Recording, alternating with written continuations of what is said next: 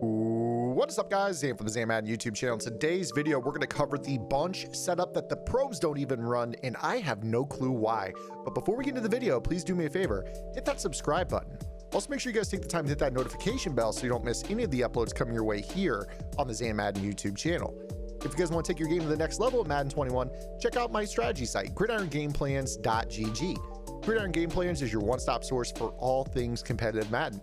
Every week in our Vault Update, we take a look at the meta, or the most effective tactics available being used by pro players on the MCS circuit, breaking down not only how and why the pros do what they do, but most importantly, how you can counter those metas when you face them in online gameplay.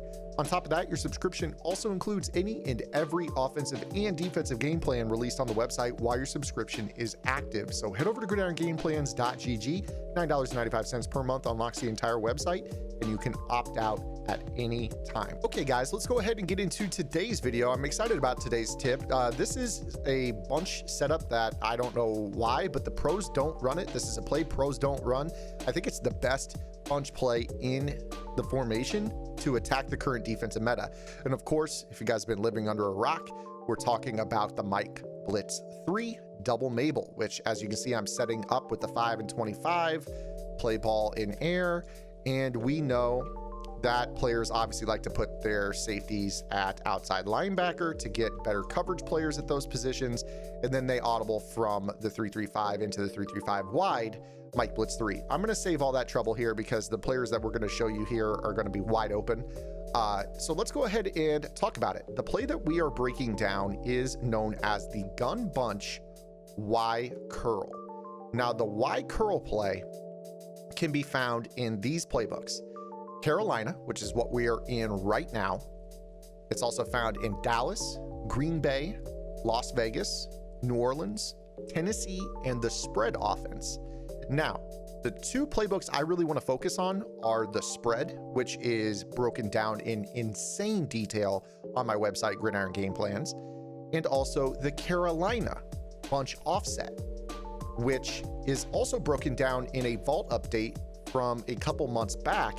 The Carolina bunch mixed with some of my spread concepts. This particular playbook is probably the best blend of spread meta along with some of the bunch meta. So if you guys are looking to kind of run a different offense, I would highly recommend that you check out the Carolina offense and you go to the Vault on Gridiron Game Plans, because I think that the bunch out of the Carolina book is arguably the best zone beating bunch, which is where we firmly are right now in terms of the defensive meta at the tail end of Madden 21. And you're going to have a better run game. Some of the glitchiest little quarterback runs, I highly encourage you guys to go check out that offense. In fact, I had somebody just tag me on Twitter.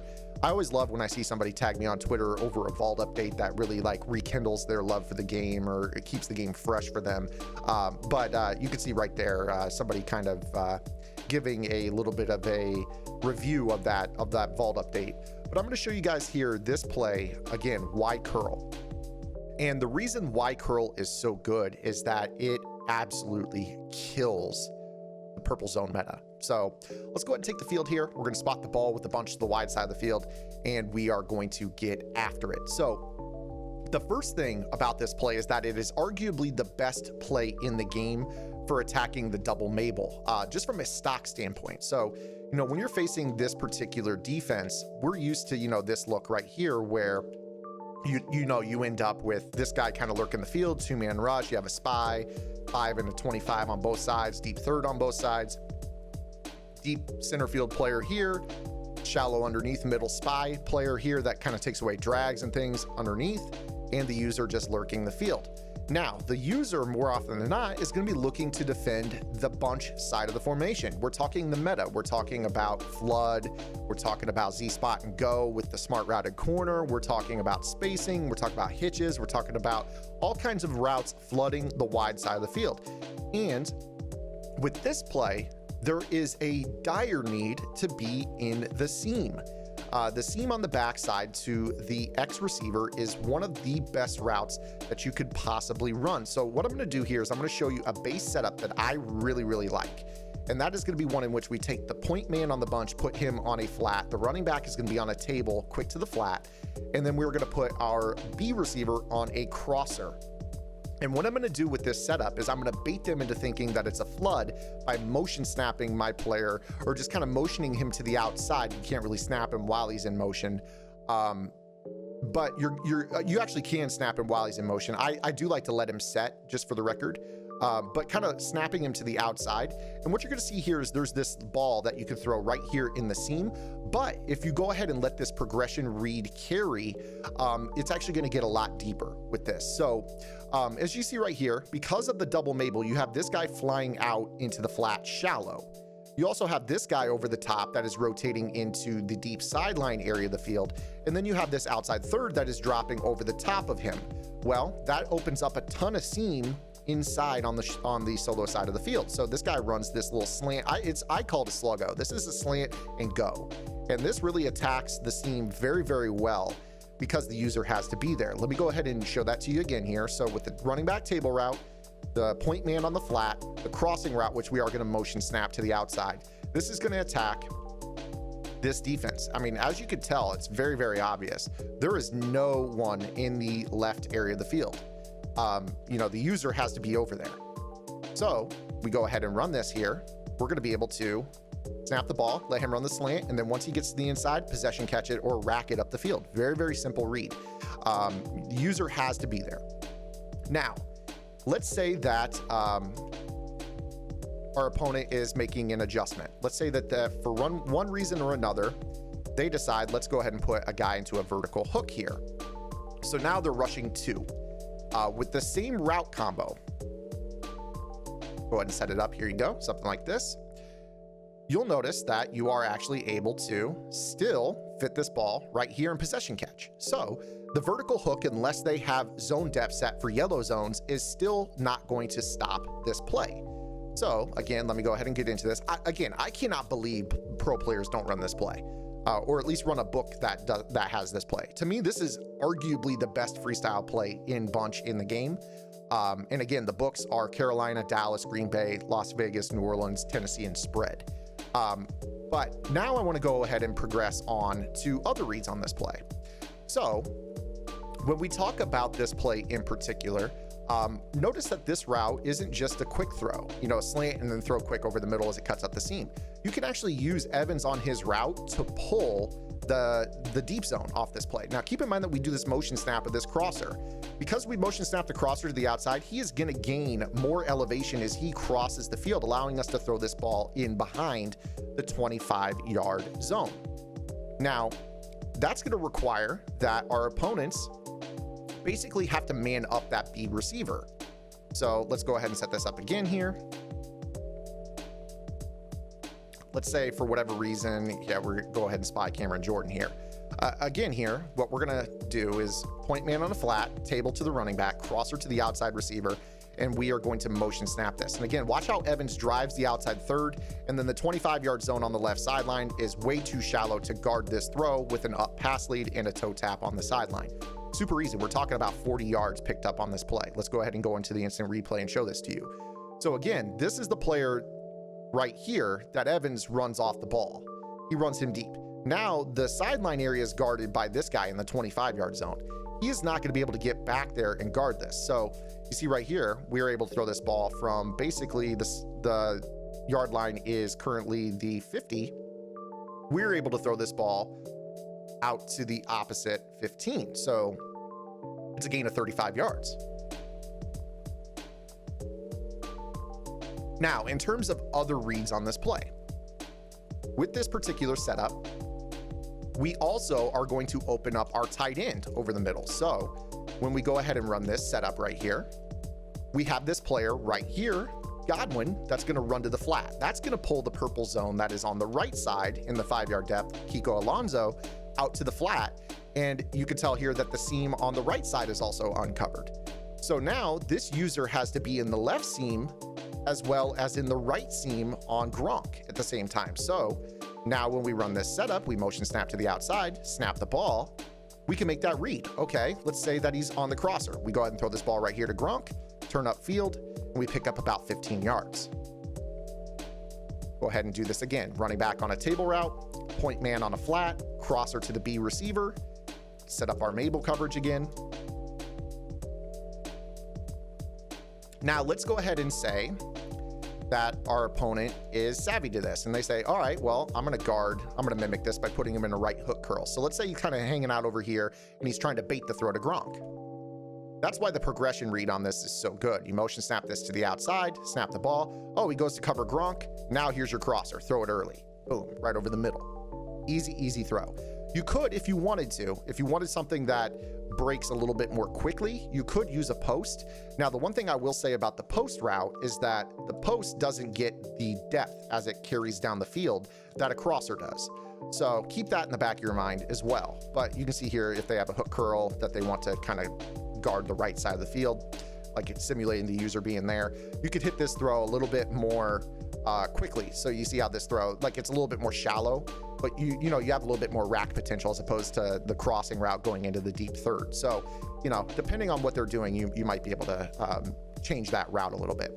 Now I'm going to go back to the play call menu, and I don't have a player that meets this threshold right now, but I kind of want to transition into talking about air trucking. So we actually don't have the roster file right now that has Leonard Fournette, so I'm just going to leave LaShawn McCoy in. But one thing a lot of players do, a lot of pro players will do when they run their bunch, is they will look to see if their opponent is blitzing off the edge. Because obviously in this Mike Blitz meta, you get a lot of players that will kind of sometimes do this.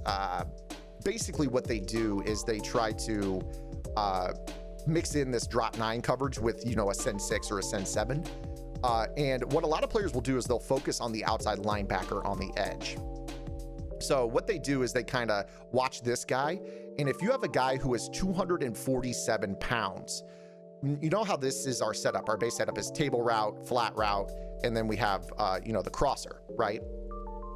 If they read this player off the edge blitz right away, and your running back is 247 pounds, so we're talking Derrick Henry, what they will do is they will throw a bullet pass straight out of the backfield and then air truck. And right there, the tackle animation gets matched. But if you guys have played the game this year, you guys know that at 247 pounds, if you truck from like 5 yards away from a player, it causes them to dumb out. So you see how I threw that quick throw in the flat, and then I go to air truck. When the running back is 247 pounds, this player that ends up making the tackle, Marcus Williams, will basically dumb out, and he will not be able to make that play. So it's literally just a snap, and if you see that guy step forward, it's just a hike, and then boom, throw the ball right here, and then air truck. Now you can imagine, if you get this guy right here to miss, now all you need is a block from Evans on the outside third, and you could potentially turn this into a one-play score on a hike throw out of the backfield. And that's also in that, keep in mind that right there on that particular setup, I actually was using the 5 yard purple zones from the safety position. If you get somebody that really wants to protect the deep area of the field while blitzing, this is going to be even more yards regardless of who your player is out of the backfield. So when you go to this setup, you see, you do this motion, you read the running back side linebacker, boom, and then you air truck down the field. You don't get that safety jumping down into the 5 yard depth. If they're in the 25 yard setting, it's going to be a while before they make a play on you. So that's something as well that you guys can do. Now, we're not done with this setup at all. I want to take it a little bit deeper. We've talked about this on the YouTube channel before, and that is that you have the ability to make purple zones disappear. So when we run this play and you want to make a purple zone disappear, set up our Mabel coverage here. We're going to make this guy, Kiko Alonso, we're going to make him disappear. And what I mean by that is with this particular setup, if you basically take your wheel route and you leave it on this play, what ends up happening is the vertical route to Miller goes first, and the purple zone will let that go behind him.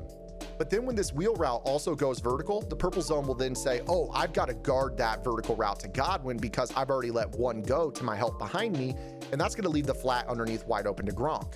So you're going to see right here how this works. Watch how he turns around. Actually, yeah, he turned around late right there. There it was. I was waiting on it. It looked like he kind of got hung up in the middle of the field right there. But once that wheel route turns up the sideline, you end up with the ability to dump this ball underneath to Gronk. So now if you think about this, the way that we're spacing this field is a real problem. You don't know who you have to man up. So let's say that our opponent is really savvy, right? They, you know, maybe they decide, let's go ahead, for whatever reason or another, maybe they decide to man up. I don't think we can actually do this out of this formation. No, we can't. But let's say that they're, you know, they're taking one of their zone defenders and they're like manning up B. They're like, okay, I don't need the 25-yard zone. You know, this player is basically running crossers. They're not attacking the wide side of the field. I want to just go ahead and run this type of setup. So what you're going to end up doing on this is, if they're manning up that B receiver on that crosser and that's getting shut down for whatever reason, you can then go to this setup where, you know, with the guy manned up, that you're still going to get Gronk wide open. You could wait all day, throw that ball. The longer you wait or the longer you have in the pocket, you're going to be able to, you know, make that throw pretty easily. Also keep in mind, you could probably air truck with Gronkowski as well on this. So this is another manipulation that doesn't really impact how this play works from a, you know, flooding the short side of the field standpoint. So, you know, you see right here, like this is our main coverage. We can get the purple zone to leave and still get our crossing route open. So you're gonna see right here, like A's open and then B's gonna be open late in this play. And I forgot to put the table route to the running back. So keep that in the back of your mind. I forgot to do that there on that example. You wouldn't want the wheel route running to the same side or the same area of the field as the running back, or I'm sorry, the crosser on this play. So, you know, again, this is your main setup. You're always gonna have the running back for the quick throw. I would highly recommend 247 pounds on this.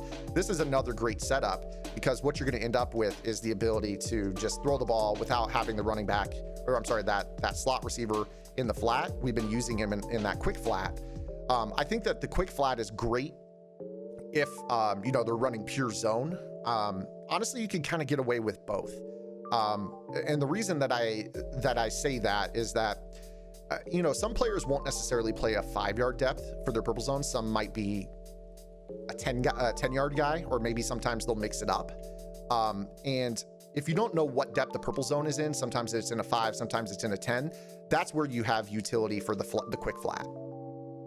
Now the wheel route to the right bumper receiver is always valuable because it's always going to make that purple zone leave. But obviously you can tell right here, this makes the tight end open more quickly. So like if you're getting shed, like they have El Toros, or, you know, they've got some sort of pass rushing ability that's not giving you time to get the purple zone to turn around and follow the wheel, the quick flat is a great option. But honestly, this setup right here for me is the best setup for bunch that you can possibly run. Another thing that I would recommend doing on this is, what you can do is you come out with your bunch to the, you come out with your bunch to the short side of the field, which will get them to have their nickel corner on the wrong side. And then you could kind of flip this. This is what a lot of pro players do, just to make you have to do extra clicks in your setups. So if you're getting a player that is really savvy at, you know, adjusting to what you want to run from default standpoints, flip it so that way they have to flip their play with you and readjust their line. And then that's going to give them less time to like individually man players up. So let's say for whatever reason that they're doing a good job of taking away that crosser, then you're going to be able to you're still going to be able to do the flip trick. And probably that'll be the last adjustment they make after they shift their line and, you know, get their zones reset to the correct depths. They're not going to do the man up thing right away. But again, this crosser is just absolutely filthy. And another thing to kind of consider, and this will be the last thing I touch on here in this video, is that the running back table route, when it bounces off the sideline, does some really goofy things to the blue zone that's deep. So I want you to watch right here. You see how the running back is stopping and he's about to turn around and show his numbers? Look at this blue zone right here. We're talking about Marcus Williams again. As the running back bounces back over the middle, it pulls that blue zone inside, which makes this crosser even easier to throw over the top. So you see how we're able to throw that ball to the crosser. And this is all predicated off of the table route hitting right here and then bouncing back over the middle. And that just causes that blue zone to kind of like glide and split the difference. Right here, you know, he's trying to stay in an area where the crosser's running to him and he can then rally down and cut off the sideline if we check it down in the flat. But then when this running back glides over the middle, he does the same thing to kind of keep that equidistant, you know, just kind of hedging his bet type of coverage. And then that opens up the sideline even more for you. So this play right here, guys, this is insane. Now, I'm going to tell you this right here. This is something that is also in the vault. If you guys are worried about somebody individually manning this guy up, I've got a vault update from 2 weeks back that shows you guys how to get 4 route techs on your field in any offense. It could be bunch, trips, tight end, it could be ace personnel. 4 route techs on the field for only 4 AP. 4 AP is all you need. And this will take any person that wants to man this route up, and it will make the man coverage ineffective against this. So if you face somebody who's keen to this tactic and they man up this route, definitely take a look at Gridiron Game Plans, because I got you. If they man this up, there's no shot they're going to be able to stick with this route. You guys, hopefully you guys enjoyed this video. I know that you guys don't think of me as a bunch player, but I spent a lot of time in bunch early on this year, and this was a play that I really liked. And again, guys, it is found in Carolina, Dallas, Green Bay, Las Vegas, New Orleans, Tennessee, and spread. My spread offensive game plan on the website doesn't do a ton of bunch content, but it's got a really awesome bunch. It's got all the meta plays you need, plus this play that nobody actually runs in the pro tier. And I just don't know why the pros didn't run this play this year, but it is one of the best Mabel beating plays in the game. Hopefully you guys enjoyed this video. If you did, make sure to give it a thumbs up. Make sure you guys subscribe to the channel here as I upload 5 times a week, Monday through Friday in the late morning, early afternoon. Hit that notification bell so you guys know when the upload goes live every day. Hopefully I'll see you guys over on gridirongameplans.gg. If not, I'll see you guys right back here tomorrow with our next video upload. Until then, this is Zan. Get in the lab and good luck.